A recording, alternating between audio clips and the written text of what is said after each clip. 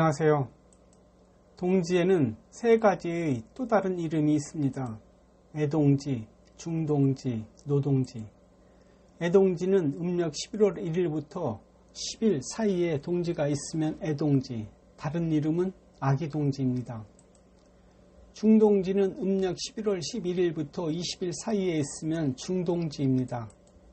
노동지는 음력 11월 21일부터 30일 사이에 있으면 노동지라고 합니다. 여기서 노자는 늙을 노자입니다. 애동지 때는 팥시루떡을 해먹지만 노동지 때는 팥죽을 쑤어 먹는다고 합니다. 그래서 애동지 때는 팥죽 대신 팥시루떡을 해먹는답니다. 그러나 중동지 때는 팥죽과 팥시루떡 중 어느 것을 먹어도 관계없답니다. 그 해에 애동지가 들면 아이들이 좋아하고 노동지가 들면 늙은 노인들이 좋아한다는 속설이 있습니다. 왜냐하면 옛날 사람들은 동지를 작은 설이라 하여 동지 팥죽 한 그릇 먹으면 나이를 한 살 더 먹기 때문에 아이들은 빨리 크기를 원하니 동지가 며칠이라도 빨리 오면 나이를 한 살 더 빨리 먹으니 좋아했을 것입니다. 그러나 삶이 얼마 남지 않은 노인분들은 동지가 늦게 들면 단 며칠이라도 더 늦게 한 살을 먹는 것이 좋기 때문입니다. 여기서 저는 왜 동지가 굳이 셋으로 나뉘었는지 궁금했습니다. 그리고 세 개의 동짓날에 먹는 음식도 다릅니다. 저는 이것 또한 궁금했습니다. 여러분은 궁금하지 않으세요? 저는 동지를 인터넷에서 검색하기 전에는 동지의 또 다른 이름이 세 가지씩이나 있다는 것을 처음 알았습니다. 그리고 저는 동짓날에는 팥죽을 먹는 날로 알았는데 팥죽도 아무 때나 먹는 것이 아니라는 것도 이번에 처음 알았습니다. 그래서 한번 생각해 보았습니다. 애동지에는 왜 팥죽이 아닌 팥시루떡을 먹고 노동지에는 팥죽을 먹고 중동지에는 팥죽이나 팥시루떡을 먹어도 되는지. 아이들은 이가 튼튼하니 애동지에 아이들에게 떡을 주고 노인들은 이가 부실하니 노동지에는 노인분들에게 팥죽을 주고 젊은이들은 떡이나 죽이나 아무거나 잘 먹으니 중동지에는 떡과 팥죽을 모두 먹을 수 있도록 배려한 것인가 하는 생각도 한번 해보았습니다. 그렇게 생각한 저는 제 자신이 대단한 생각을 했다고 생각하는 순간 또 다른 문제가 있다는 것을 알았습니다. 한 집에 아이들도 있고 어른들도 계시다면 어떻게 해야 할까요?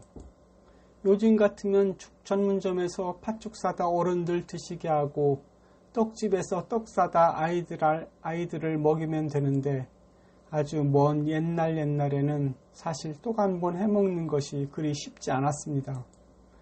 지금처럼 방앗간이 있는 것도 아니고 떡 한 번 해먹으려면 쌀을 깨끗이 씻어 일일이 절구에다 찧어야 하고 팥도 물에 담갔다가 가마솥에 푹 삶아서 이것도 절구에 찧어야 하고 아무튼 손이 많이 가는 일입니다. 그런데 팥시루떡에 팥죽까지 만들어 먹으려면 팥시루떡과 팥죽을 하루에 만들어 먹는다는 것은 그리 쉬운 일이 아닙니다. 잘못하면 동짓날 팥죽 얻어 먹으려다 며느리 초상 치를 수도 있습니다. 그리고 애들 엄마도 잡을 수 있습니다. 그런데 이상한 것은 중동지에는 팥시루떡이든 팥죽이든 둘 중에 아무거나 해먹어도 된다고 합니다. 그러면 누구를 위하여 음식을 준비해야 할까요? 며느리가 어른들을 위하여 팥죽을 쏠 것인가? 아니면 엄마로서 아이들을 위해 팥시루떡을 해야 할까요? 참 난감한 문제입니다. 지금부터 세 종류의 동지에 대하여 이야기해 보겠습니다. 애동지는 음력 11월 1일부터 10일에 동지가 들면 애동지라고 합니다. 중동지는 음력 11월 11일부터 20일에 동지가 들면 중동지라고 합니다. 노동지는 음력 11월 21일부터 30일에 동지가 들면 노동지라고 합니다.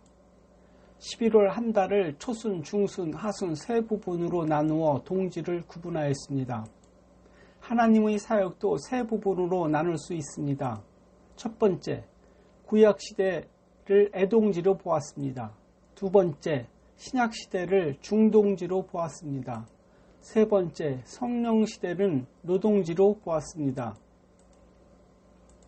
첫 번째, 애동지 때는 팥죽이 아닌 팥시루떡을 먹는 동짓날입니다. 성경에서 떡은 하나님의 말씀이라는 것은 다 아시죠?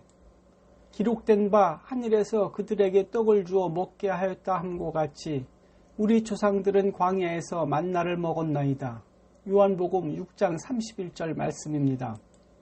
그럼 애동지에 팥죽이 아닌 팥시루떡을 먹는다는 것은 영적으로 신앙이 어린 사람들, 구약시대에 머물러 신앙생활을 하는 사람, 율법 아래 머물러 신앙생활을 하는 사람, 성경 문자에 머물러 신앙생활을 하는 사람들, 이 사람들을 가리켜 성경은 초등학문에 머물러 있는 사람들이라고 합니다. 이런 사람들을 사도 바울은 이렇게 말합니다.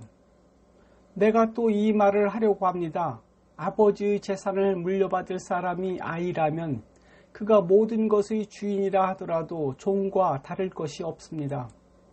어른이 되기 전까지는 그를 돌봐줄 사람의 말을 따라야 합니다. 그러나 그 아버지가 정한 때가 이르면 자유인이 됩니다. 이와 같이 우리도 어렸을 때 이 세상의 초등학문 아래 있어서 종로로 다했더니 갈라디아서 4장 1절로 3절 말씀입니다. 두 번째, 중동지 때는 팥시루떡과 팥죽 아무거나 먹을 수 있습니다. 사도 요한이 이렇게 말합니다. 말씀이 육신이 되어 우리 가운데 거하심에 우리가 그의 영광을 보니 아버지의 독생자의 영광이요 은혜와 진리가 충만하더라. 요한복음 1장 14절 말씀입니다. 예수님께서 말씀이 육신이 되어 이 세상에 오셨습니다. 그리고 예수님께서 이렇게 말씀하셨습니다.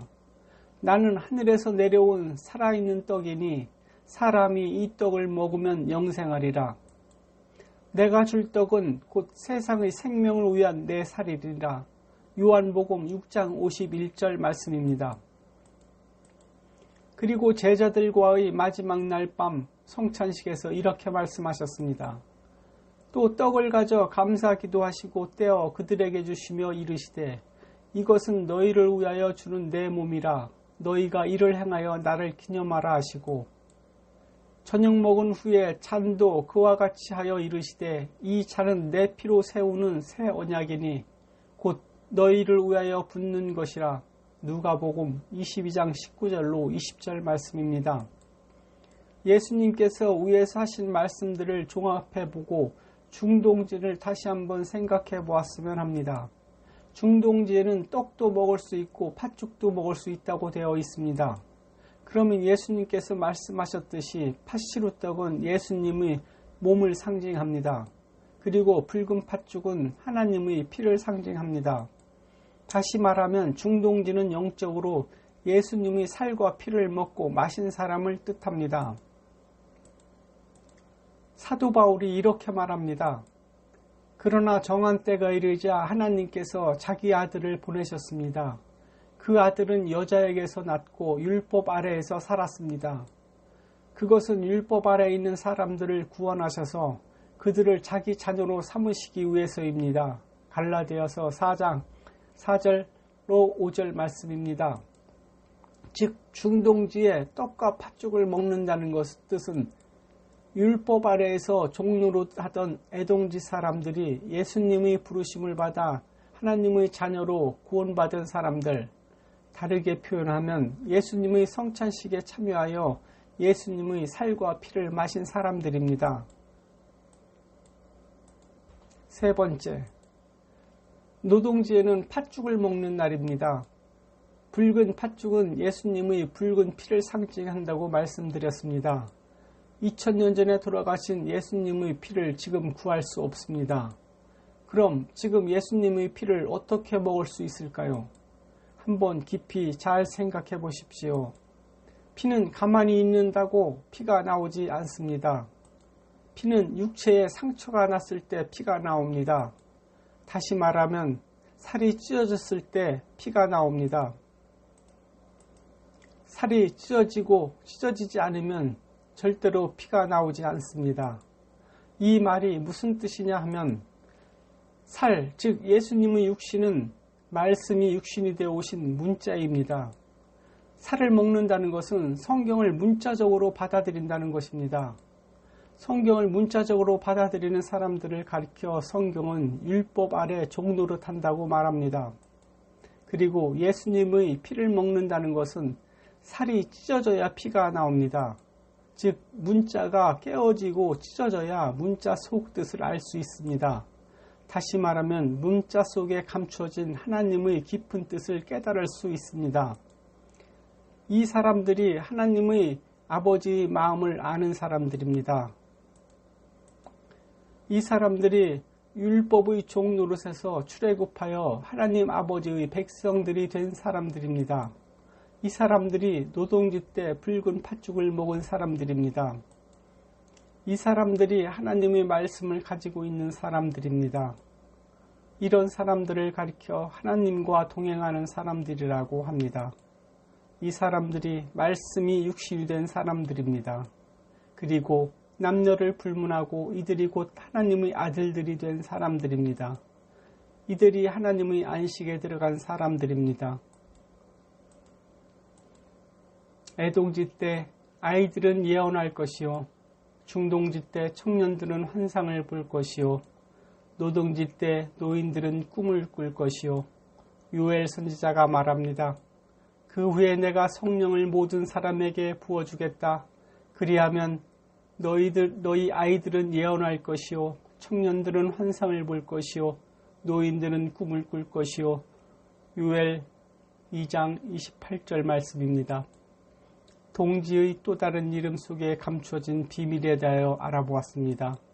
다음에는 동짓날과 크리스마스 속에 감춰져 있는 하나님의 비밀에 대하여 알아보겠습니다. 감사합니다.